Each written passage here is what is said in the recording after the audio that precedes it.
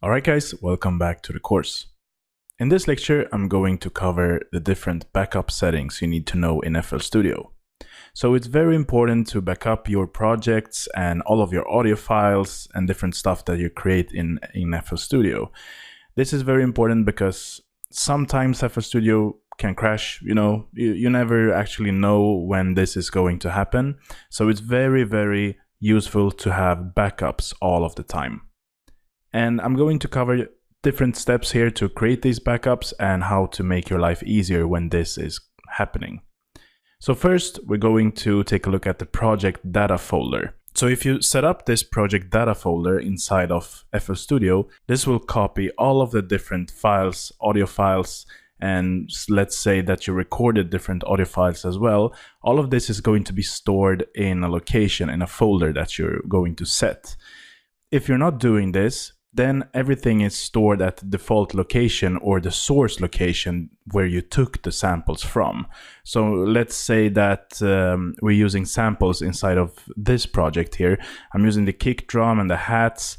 And if I'm not creating this project data folder, then if I move some of the source files from, let's say, their original location, and let's say that I move them from the original location to somewhere else, or delete them or something, then if I open up this FL Studio project, all of the different audio files that I moved, it's going to be corrupt. So I can't access them and FL Studio is not going to play them.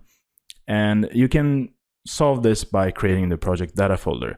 So how do you do this? You go to options and then just choose one of these options here. So we're going for MIDI settings. Then you go to the project tab here and you can see data folder. Now we can create a data folder, so it's set at auto, so this is going to leave the audio files at their source location, but we want to set this data folder. So let's go to the folder. Here's my file structure of my computer. So I can just create a new folder for this project, name it, and then just press open here.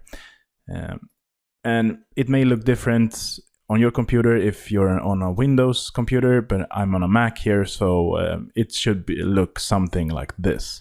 So let's name this my first project,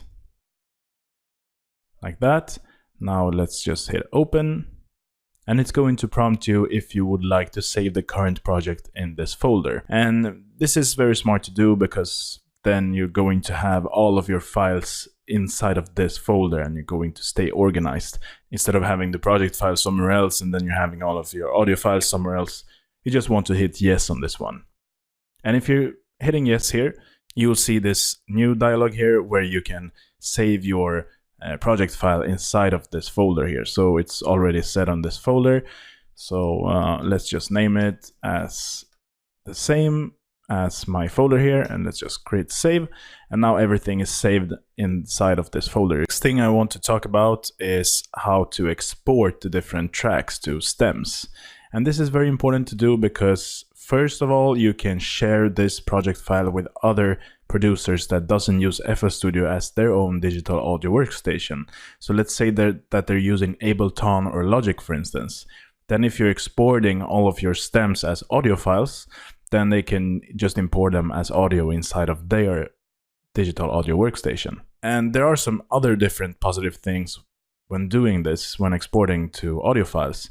And this is because you can take all of these files and just putting them in a folder, for instance. And when you have that in your folder, all of the audio files, then you can just put it on an external hard drive, or even better, you can put it on an online backup, which I will show you in the next video how to do that. I have a method of creating an online backup automatically. It's very cheap to do so, and it will actually help your life a lot. I will show you in the video. I think you will love the solution that I have for it. And it will save you a ton of time when, let's say, your project is actually crashed and you haven't saved it. And yeah, so I will show you how to do it.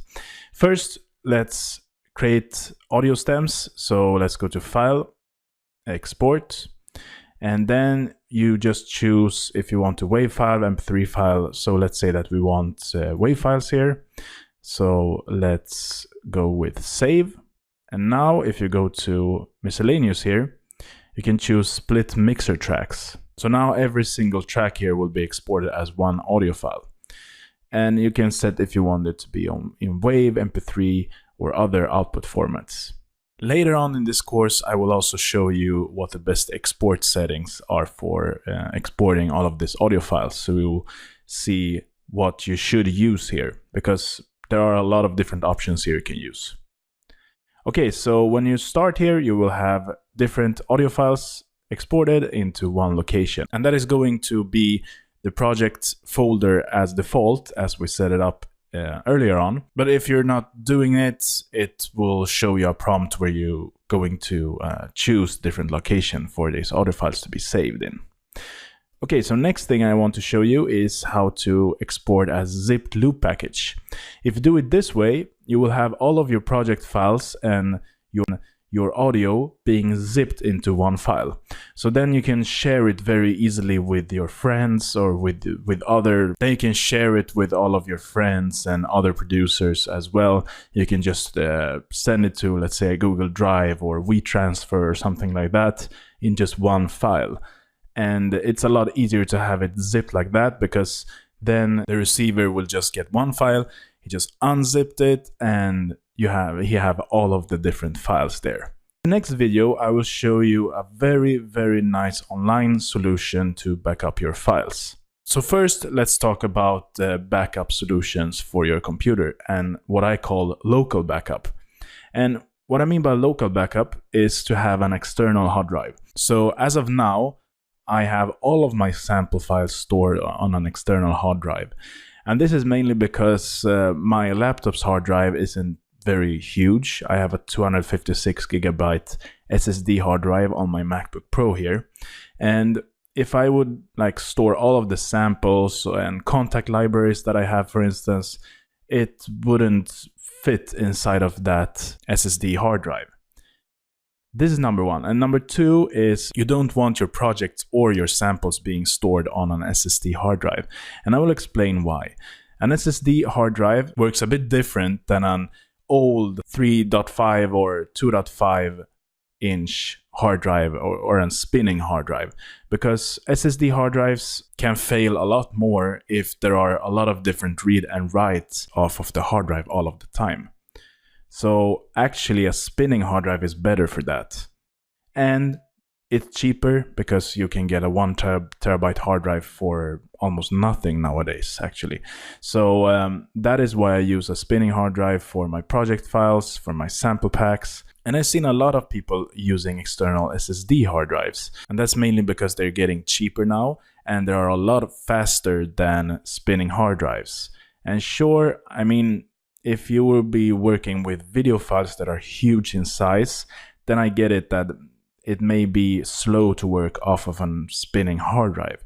But audio files in general are a lot smaller in size. So you can still work with a spinning hard drive with audio files because, as I said, the audio files are a lot smaller in size. And then if you're working with a spinning hard drive, you can't really see the difference between an SSD hard drive and a spinning hard drive. The only thing I would put on an SSD external hard drive in this case is like huge files, for instance contact libraries that are very, very big in size. If you're creating them off of a spinning hard drive, you will have to wait until that contact library is loaded up. And sometimes I wait for like 10 minutes to just load up a piano sounding contact library because the libraries are so huge in file size. So that is the only reason why I would use SSD external hard drive for audio production. But otherwise, I will put all of my samples, sample libraries, and all the things audio related on a spinning external hard drive. And spinning external hard drive is the regular 2.5 inch or 3.5 inch hard drives that you can purchase almost everywhere nowadays. So there are different things you can consider here when purchasing a new external hard drive for your backups, for your samples, and all of that stuff. What you can do is to have 2 external hard drives, and I will explain why you should have 2 and not just 1. And this is because If you have one hard drive, you can always play with that hard drive and put samples, put projects, everything. But let's say that that hard drive is failing, you know, or let's say that that hard drive gets stolen, or you lost it somewhere, or something like that. Then you're out of all of your projects, your samples, everything is gone, and that is not good. So what you can have is an external RAID drive. And what that is that it's two hard drives inside of one hard drive case. So now it will copy all of the different data between both of the hard drives. But still, if you have it in one case, then you're like having that case, if you lost it or it gets stolen or something like that, then you're out of them anyway. So before that, I always used two external hard drives, two different ones. And the first being all of the sample libraries being inside of there, the project files, everything like that. Then the second one will be just where I connect my second hard drive to my computer, like once a month, for instance, and then I just copy all of the data from the first hard drive to the second hard drive. Then I disconnect it, put it somewhere, you know, and then I just do it like that every month.